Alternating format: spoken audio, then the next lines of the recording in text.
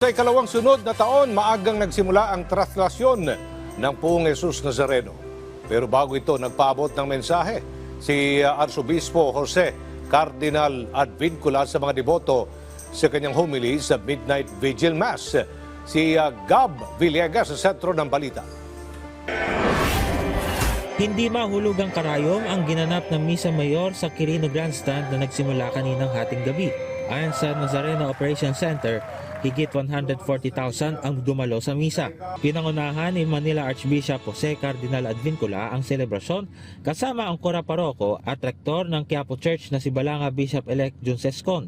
Sumentro ang homilya ni Cardinal Advincula sa tema ng kapistahan na nakatuon sa pag-asa at pagsunod kay Jesus. Dito sinabi ng kardinal na nais ng Diyos na mabuhay tayo ng walang hanggan. Hinikayat ng kardinal ang mga deboto na maging masunurin sa Poong Jesus Nazareno gaya ng pagsunod nito sa kanyang ama. May mas magandang turo ang mahal na Senyor. Sa halip na habang may buhay, may pag-asa, ang turo niya sa atin ay habang may pag-asa, may buhay.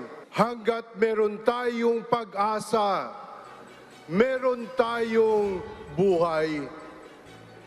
Hindi natin kayang mabuhay kung wala tayong pag-asa sa buhay.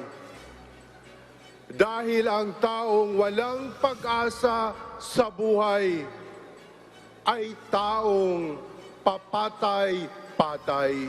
Pagkatapos ng misa ay nagbahagi ang mga celebrity na sina Dimples Romana, Coco Martin at Macoy De Leon ng kanilang debosyon sa Poong Jesus Nazareno. Wala namang naitalang untoward incident sa pagdiriwang ng Misa Mayor kanina. 4:41 ng umaga na magsimulang umandar ang andas sa Quirino Grandstand. Sa mga oras na yan ay lalo pang kumapal ang bilang ng mga deboto. Sa kabila nito ay naging mabilis ang pag-andar nito patungo sa mga lugar na dadaanan ng prosesyon. Sa tala ng Nazareno Operation Center, aabot sa 230,000 ang bilang ng mga debotong nasa Quirino Grandstand buhat nang umalis ang andas ng Poong Jesus Nazareno patungong Quiapo Church. Matapos ang traslasyon, maraming basura ang nagkalat sa paligid na iniwan ng mga deboto. Puspusan ang ginawang paglilinis ng mga tauhan ng MMDA at ng Manila Department of Public Services. Kahit na nakalis na rin ang andas sa Quirino Grandstand, patuloy rin ang pila ng mga deboto na nais makapahid ng kanilang mga panyo sa imahe ng Poon. Ang grupong ito, inabot na ng ilang oras mula nang sila ay pumila at hindi pa rin nakakahawak sa imahe ng Poong Jesus Nazareno. Ang itunuturo umanong dahilan, mayroong mga sumisingit sa pila. Hindi mo mapigilan? Hindi na mapigilan dahil hindi, kumbaga, wala kang nakukuha na talagang sila ang nag-organize, nag-control. Gab Villegas para sa Pambansang TV sa Bagong Pilipinas.